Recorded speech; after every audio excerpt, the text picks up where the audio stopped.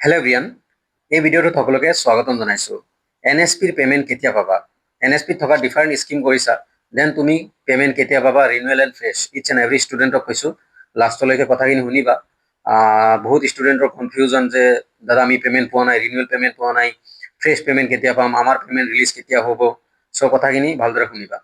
First of all কথা কৈছোঁ যে যিখিনি ষ্টুডেণ্ট ৰিনিউৱেলৰ পে'মেণ্ট আছিলে, ইতিমধ্যে মেক্সিমাম ষ্টুডেণ্টে ৰিনিউৱেল পে'মেণ্ট পাইছে আৰু বহুত ষ্টুডেণ্ট ৰৈ আছে যে পোৱা নাই। দেখা গৈছে লাষ্ট যিটো ৰিনিউৱেল যিখিনি পে'মেণ্ট 2024-25 ষ্টুডেণ্ট 96 ৰিনিউৱেল, NSPত থকা 96 ৰিনিউৱেল ইতিমধ্যে মেক্সিমাম ষ্টুডেণ্টে পাইছে, বাট বহুত ষ্টুডেণ্ট ৰৈ আছে। চ' যিখিনি ষ্টুডেণ্ট ৰিনিউৱেল কৰিছা তোমালোকে বিন্দাছ ৱেইট কৰা, ৰিনিউৱেল পে'মেণ্ট 100% পাবা। ইয়াতে কোনো টেনশ্যন ল'ব লগা নাই। আজি নহয়, কাইলৈ নহয়, পৰহি নহয়, 100% ৰিনিউৱেলৰ টকা পাবা। 96 ৰিনিউৱেল যিসকলে কৰিছা, ৰিনিউৱেলৰ টকা 100% তোমালোকে পাবা। জাষ্ট NSPয়ে এইটো বস্তু এনেকে কিয় কৰি আছে, প্ৰত্যেকবাৰ একেলগে দি দিয়ে। লাষ্ট 5-4 ইয়াৰ্ছ যিমান যদি দেখা, যিমান ইয়াৰ্ছ গৈছে একেলগে দি দিছে, উইথিন 1 উইক চবৰে কমপ্লিট হৈছে। বাট ফাৰ্ষ্ট টাইম এইবাৰ 3 মাহ ধৰি পে'মেণ্ট দি আছে, 3 মাহ ধৰি। চ' প্ৰথমে দিছে, এগেইন 20 দিন বন্ধ, বন্ধ ৰাখিছে, এগেইন দিছে, এগেইন 20 দিন বন্ধ। লাষ্ট যোৱা মাহৰ 7 তাৰিখে নে 11 তাৰিখে দিছিলে, এগেইন জুলাই আহি গ'ল, এতিয়ালৈকে দিয়া নাই। চ' ধৈৰ্য ৰাখা, এই মাহত মষ্ট এক্সপেক্টেড যে যিখিনি বাকী ৰৈ আছে ক্লিয়াৰ হৈ যাব। এতিয়া OBCৰ পে'মেণ্ট ৰিলিজ হৈছে, বহুত ষ্টুডেণ্টে পালেও। চ' বহুতে কমেণ্টো কৰি আছে, দাদা মই পালোঁ OBCৰ বা পে'মেণ্ট পালোঁ। চ' 2025-ত যিখিনি ষ্টুডেণ্টে এপ্লাই কৰিছা, 2025-ত ভালদৰে কথাখিনি শুনিবা। এতিয়া আহিছোঁ 2025, ৰিনিউৱেলৰ কথা পাতিলোঁ, এতিয়া 2025-ৰ যিখিনি 96 কৰিছা, তোমালোকৰ মেৰিট লিষ্ট আগষ্টত আহিব, তাৰপিছত পে'মেণ্টৰ কথা ভাবিবা। চ' মেৰিট লিষ্ট আহিব দিয়া। এতিয়া বাকী OBC, SC, NEC, STৰ কি খবৰ? সিহঁতৰ পইচা ইতিমধ্যে ৰিলিজ হৈছে। STৰ পইচা ৰিলিজ হোৱা নাই, 2 বছৰ ধৰি STৰ পইচা দিয়া নাই। তোমালোকে RTI কৰিব পাৰা, এজ ইউৰ উইচ। ষ্টুডেণ্টক মই বিনম্ৰ অনুৰোধ কৰিম RTI কৰা। ST ষ্টুডেণ্ট যিমান ST স্কলাৰশ্বিপ যদি কৰিছা, পষ্ট মেট্ৰিক ST স্কলাৰশ্বিপ, তোমালোকে RTI কৰা। কাৰণ 2 বছৰ ধৰি পে'মেণ্ট দিয়া নাই। 2024-তো পে'মেণ্ট ৰিলিজ কৰা নাই, 25-তো এতিয়ালৈকে কৰা নাই। বাট পষ্ট মেট্ৰিকৰ SCৰ 2025-ৰ যিখিনি ষ্টুডেণ্ট, সিহঁতৰ SCৰ পইচা ৰিলিজ কৰিছে, ষ্টুডেণ্টে পাইছে অলৰেডি, তোমালোকে গমেই পোৱা। আৰু OBCৰো পে'মেণ্ট ৰিলিজ কৰিছে, কিছুমান সংখ্যক ষ্টুডেণ্ট পাইছে, লাহে লাহেকে পাব। আৰু বহুতে কমেণ্ট কৰি আছে, আজিও কমেণ্ট কৰিছে, দাদা পে'মেণ্ট পালোঁ। চ' কাইণ্ডলি জনাবা, যোনে যোনে SCৰ পইচা পাইছা বা OBCৰ পইচা পাইছা, কাইণ্ডলি জনাবা। OBCৰ পইচা ৰিলিজ হৈছে, NECৰো পইচা ৰিলিজ হৈছে।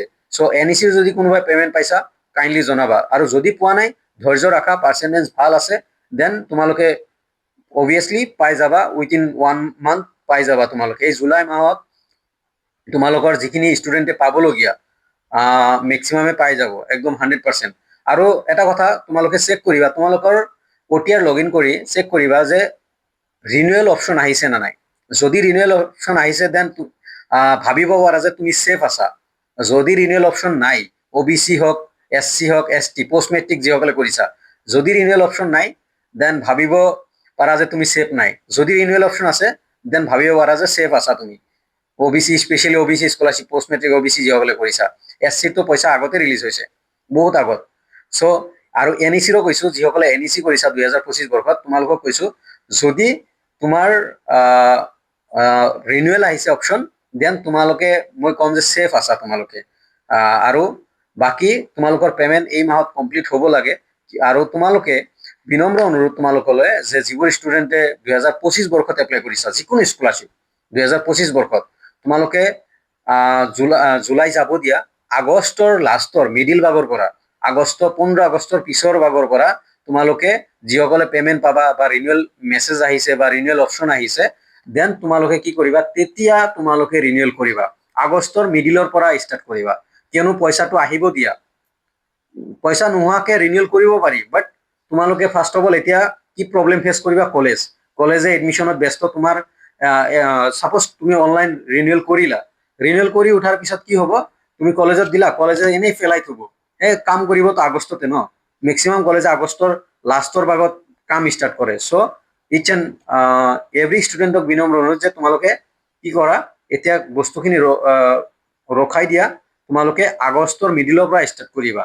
আৰু যিখিনি ফ্ৰেছ ষ্টুডেণ্ট, 2026-ত ফ্ৰেছ ষ্টুডেণ্ট, 2026-ত ফাৰ্ষ্ট এপ্লাই কৰিবলৈ ষ্টাৰ্ট কৰিবা, তোমালোকে আগষ্টৰ প্ৰথম ভাগৰ পৰা এপ্লাই কৰিবা, প্ৰথম ভাগৰ পৰা ষ্টাৰ্ট কৰিবা। বাট যিখিনি ৰিনিউৱেল আগষ্টৰ মিডিলৰ পৰা ষ্টাৰ্ট কৰিবা। অ'কে, পেমেণ্টখিনি আহিব দিয়া, ভালকে আহিব দিয়া, বা জুলাই মাহত এক্সপেক্টেড যে যিমান পেমেণ্ট আছে, ৰিনিউৱেল পেমেণ্ট আছে, ফ্ৰেছ পেমেণ্ট আছে, ঈশানোদয়ৰ বাদে বাকীখিনি দি দিব। ঈশানোদয়ৰ 2025 এপ্লাই কৰা ঈশানোদয়ৰ ষ্টুডেণ্টৰ খিনিয়ে তোমালোকে অক্টোবৰ বা ছেপ্টেম্বৰত পেমেণ্ট পাবা। বাট ৰিনিউৱেলৰ অপশ্যন আহি যাব, মেৰিট লিষ্ট আহি যাব। যেতিয়া মেৰিট লিষ্ট আহিব, বিন্দাছ তোমালোকে ৰিনিউৱেল কৰি দিবা, অক্টোবৰত ৰিনিউৱেল কৰি দিবা। একদম ঈশানোদয়ৰ কৈছো, ঈশানোদয়ৰ নৱেম্বৰলৈকে টাইম থাকিব, ডোন্ট ৱাৰি। যদি কোনোবাই কৈ আছে এতিয়া দাদা ঈশানোদয়ৰ টাইম থাকিব জানো, 100% নৱেম্বৰলৈকে টাইম থাকিব, ডিচেম্বৰলৈকে টাইম থাকিব, ডোন্ট ৱাৰি, ভয় খাব লগা একো নাই। চ' ধৈৰ্য ৰাখা ব্ৰাদাৰ্ছ এণ্ড চিষ্টাৰ। চ' এতিয়া SC ৰ পইচা ৰিলিজ হৈছে, SC ৰ পইচা ষ্টুডেণ্ট অলৰেডি পাইছে, যিসকলে পাইছে। OBC ৰ পইচা ৰিলিজ হৈছে, লাহে লাহেকে পাই আছে। আজি কি 2 এজন, কালি 2 এজন এনেকে পাই আছে। চ' লাহে লাহেকে পাই আছে। চ' OBC স্কলাৰশ্বিপ যদি কৰিছা, পষ্ট মেট্ৰিক OBC, ধৈৰ্য ৰাখা, মানে আহিব তোমালোকৰ পেমেণ্ট। আৰু NEC যিসকলে কৰিছা, কাইণ্ডলি চেক কৰিবা পইচা আহিছে নে নাই। আৰু ঈশানোদয়ৰ খিনি ক'লো যে ছেপ্টেম্বৰ অক্টোবৰত পেমেণ্ট পাবা।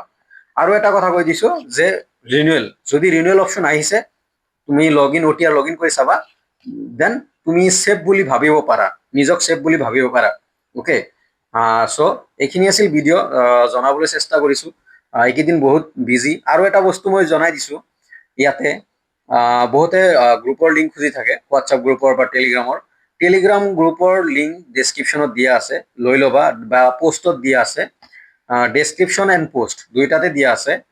আৰু তোমাৰ যদি আৰু কিবা কুৱেৰিজ লাগে, মই অলৱেজ কওঁ যে তোমালোকে ফোন নকৰিবা, 7002233517 হোৱাটছআপ কৰিব পাৰা, মই গাইড কৰিবলৈ চেষ্টা কৰিম, বিন্দাছ।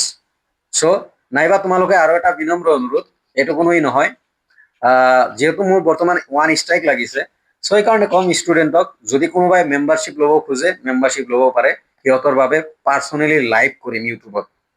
যদি কোনোবাৰ পাৰ্চনেলি গাইড লাগে, মানে মেম্বাৰশ্বিপ লৈ ৰাখিব পাৰা, পাৰ্চনেলি গাইড কৰিম বুলি ভাবিছো।